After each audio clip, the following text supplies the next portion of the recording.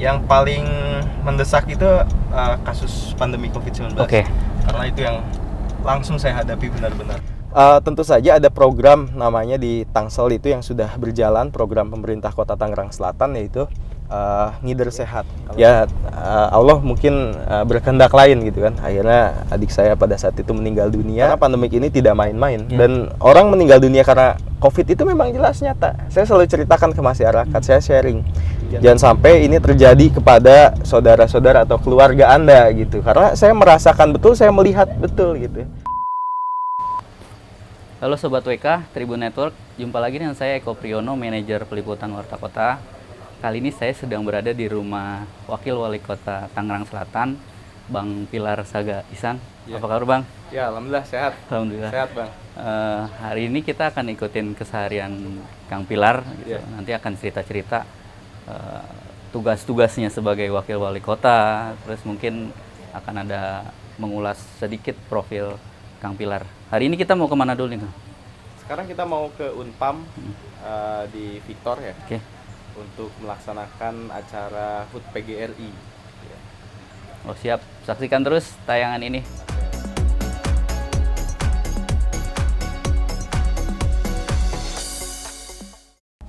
Ya, Sobat WK, saya sudah berada di mobil bersama Wakil Wali Kota Tangerang Selatan, Bang Pilar nih.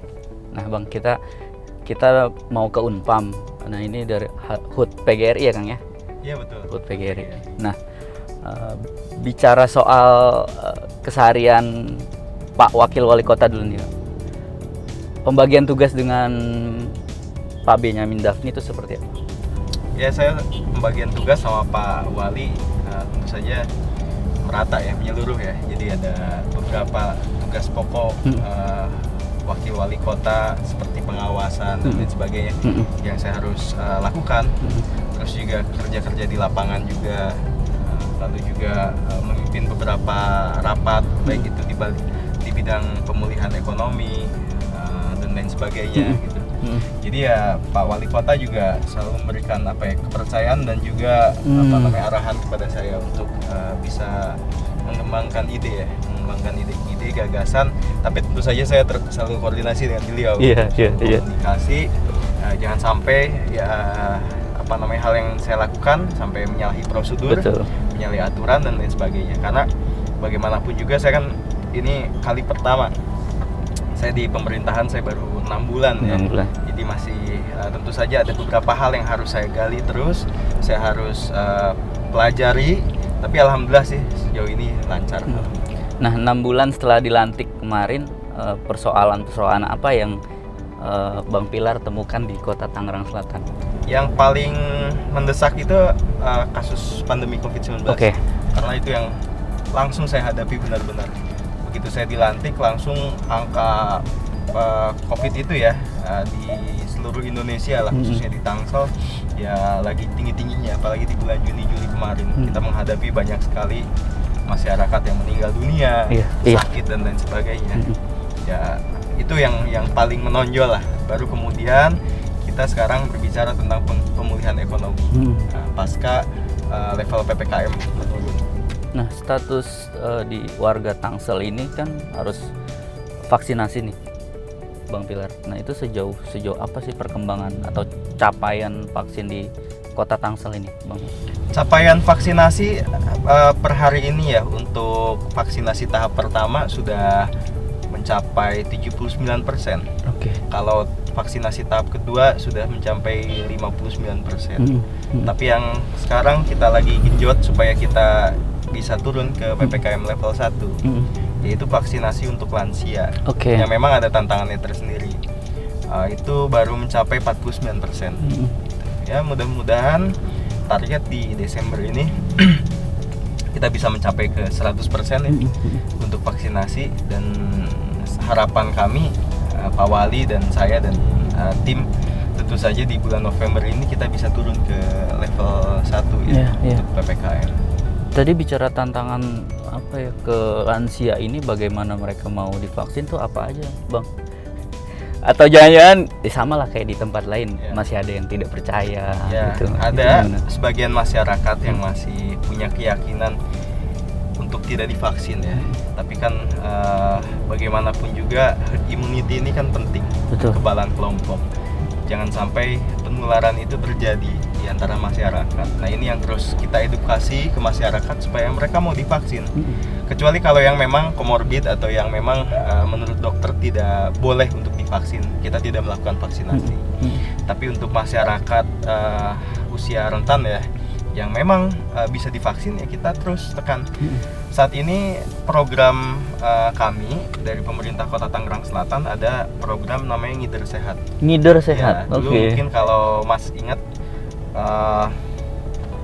zaman dulu ada namanya mantri keliling ya. Iya, mantri. Kalau sekarang kita bikin lagi mantri keliling, tapi perawat ataupun bidan gitu ya, yang mereka naik motor keliling satu kelurahan satu orang.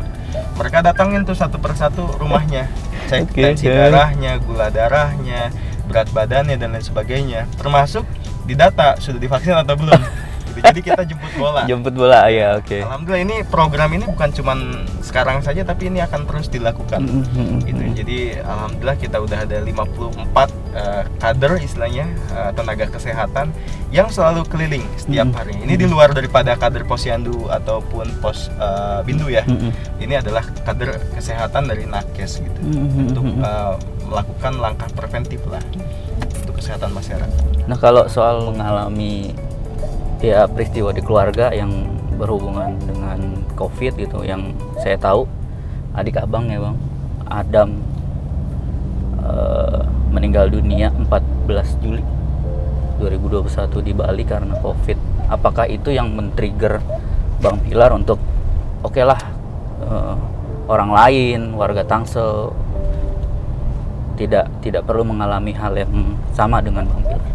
Apakah itu menjadi sesuatu yang memicu abang tuh?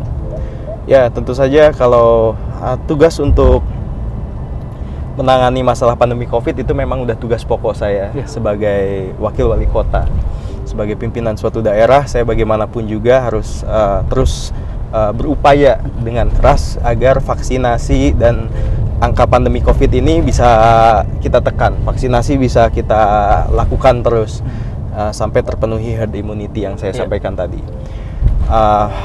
Terkait dengan memang di bulan Juli saya beserta keluarga mendapatkan musibah, adik paling kecil saya meninggal dunia karena pada saat itu vaksinasi untuk usia 17 tahun ke atas itu belum. Pada saat itu dia keburu pergi ke Bali. Waktu itu kebetulan orang tua lagi ada acara organisasi kan di Bali. Nah, adik saya baru lulus kuliah, baru lulus SMA, baru daftar ulang di ITB waktu itu, belum masuk kuliah waktu itu, lagi libur persiapan masuk kuliah. Nah, dia ikut orang tua. Pas orang tua pulang, dia extend tinggal di rumah sahabatnya lah. Ya mungkin kodrat Allah ya. Mungkin dia akhirnya sakit, dia belum divaksin. Lalu akhirnya dia terjadi pengentalan darah yang sangat tinggi lah pada saat itu. Akhirnya sudah diupayakan masuk rumah sakit dan lain sebagainya, disuntik beberapa obat gitu kan yang untuk mengencerkan darah dan lain sebagainya. Ya Allah mungkin berkehendak lain gitu kan. Akhirnya adik saya pada saat itu meninggal dunia di bulan Juli. Ini cerminan bahwa saya benar-benar harus sungguh-sungguh untuk menangani masalah pandemik ini. Karena pandemik ini tidak main-main. Dan orang meninggal dunia karena COVID itu memang jelas nyata. Saya selalu ceritakan ke masyarakat, saya sharing. Jangan sampai, ya tadi disampaikan oleh Mas, jangan sampai ini terjadi kepada saudara-saudara atau keluarga Anda gitu. Karena saya merasakan betul, saya melihat betul gitu proses dia bertahan di rumah sakit sampai meninggal dunia gitu. Berapa lama Kang? Itu hanya 2 minggu. 2 minggu? Hanya 2 minggu ya. Total sakit 3 minggu, tapi di rumah sakit 2 minggu gitu. Ya memang kalau soal nyawa memang itu milik Allah. Tapi tetap kita perlu upaya gitu kan, perlu upaya gitu ya. Saya harap masyarakat sadar betul akan pentingnya prokes dan lain sebagainya gitu kan. Seperti saya rutin sekali saya di swab gitu, saya dites terus dan lain sebagainya. Mas juga kan rutin. Ya itulah yang harus kita lakukan untuk kita mendeteksi diri kita sejak dini. Lalu kita melakukan vaksinasi sampai tahap kedua, itu penting sekali. Jangan sampai merasa baru sekali vaksin udah cukup gitu kan. Lalu tahap itu baru pengenalan. Yang satu itu baru pengenalan gitu kan, antara vaksin dengan tubuh kita. Optimalnya itu di tahap kedua gitu. Oleh karena itu mohon untuk masyarakat selesaikan vaksinasi ini sampai ke tahap kedua. Nah, bicara vaksin itu nggak lepas dari mobilitas nih sekarang nih. Mungkin Bang Pilar bisa pesan ke warga Tangsel lah khususnya. Jadi jangan sampai ini sudah makin longgar, ini malah kebablasan istilahnya gitu kan. Kan tetap harus prokes, vaksin tadi. Mungkin bisa pesan Kang. Ya, untuk warga masyarakat Kota Tangerang Selatan yang saya cintai, tentu saja COVID itu masih ada. Bahkan pemerintah pusat mensinyalir ya kekhawatiran adanya gelombang ketiga, yaitu nanti di akhir tahun ataupun di awal tahun 2022. Ya, kita tetap harus menjaga prokes, juga jangan dulu berkerumun, membuat acara yang kira-kira membahayakan. Kita belum kembali normal, gitu kan. Dan memang COVID itu tidak terlihat gitu kan, namanya virus gitu, kita tidak bisa lihat secara kasat mata ya. Tapi kita harus belajar dari kejadian, fenomena yang terjadi beberapa bulan yang lalu. Jangan sampai kita euforia, lalu kita lepas masker sembarangan, ketemu orang sembarangan yang dia apalagi belum divaksin, apalagi dia tidak tahu dia sakit atau tidak. Nah ini penting sekali gitu. Ya saya butuh kesadaran dari semua masyarakat, ya pemerintah kota pun terus mengupayakan controlling di lapangan. Kita juga mulai pelan-pelan buka tempat wisata di Tangsel kan, tetap kita sesuai arahan dari Mendagri, instruksi Mendagri. Ya boleh dibuka lagi tempat wisata kayak taman kota dan lain sebagainya, taman air dan lain sebagainya. Tapi tetap di situ prokes harus dilakukan. Kita dari Dinas Satpol PP dan dinas-dinas lainnya controlling tetap di lapangan gitu, di titik-titik yang kira-kira orang berkerumun. Ya masyarakat tolong bisa mengikuti aturan itu. Gitu. Bang Pilar, terkait upaya vaksinasi dari Pemkot, apa saja yang sudah dilakukan? Karena terutama tadi di lansia ini serapan vaksinnya masih agak kurang nih. Gimana nih Bang? Tentu saja ada program namanya di Tangsel itu yang sudah berjalan, program pemerintah Kota Tangerang Selatan, yaitu Ngider Sehat. Kalau dulu mungkin ingat Mas, ada namanya mantri keliling. Nah sekarang ada perawat, ada bidan, dia bawa motor, satu orang satu kelurahan setiap hari, dia keliling tuh cek tensi darah, gula darah, berat badan dan lain sebagainya. Tapi tidak bisa melakukan penindakan seperti suntik ataupun ngasih obat ya, karena itu perannya adalah dokter. Nanti kita arahkan mereka kalau misalkan dia sakit ini nih, bahaya nih, tensinya tinggi, kita arahkan ke puskesmas atau ke rumah sakit oleh si tenaga kesehatannya ini, si Ngider Sehat ini. Yaitu program sekaligus lihat di lapangan, keliling rumah ke rumah, mana lansia yang belum divaksin. Nah, untuk itu kita arahkan, kalau mereka belum divaksin, taunya sehat, kondisinya ternyata tidak ada masalah, ya udah kita arahkan untuk segera divaksin di puskesmas terdekat atau di kegiatan vaksinasi massal terdekat gitu. Ini adalah bentuk upaya kita terus menjaring masyarakat sampai tingkat terkecil. Jangan sampai ada masyarakat yang sehat dan harusnya divaksin tapi belum tervaksin. Oke. Mudah-mudahan lancar programnya. Amin. Dan masyarakat makin teredukasi. Ya, ini program Ngider Sehat kita lanjutkan terus gitu untuk langkah preventif. Jangan sampai masyarakat keburu sakit, tidak terdeteksi, mereka sungkan untuk datang ke rumah sakit atau ke klinik atau ke puskesmas.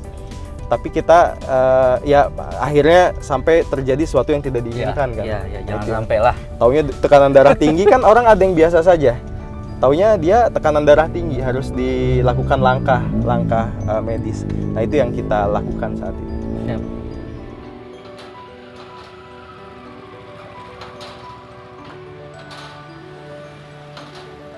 Terus nitip.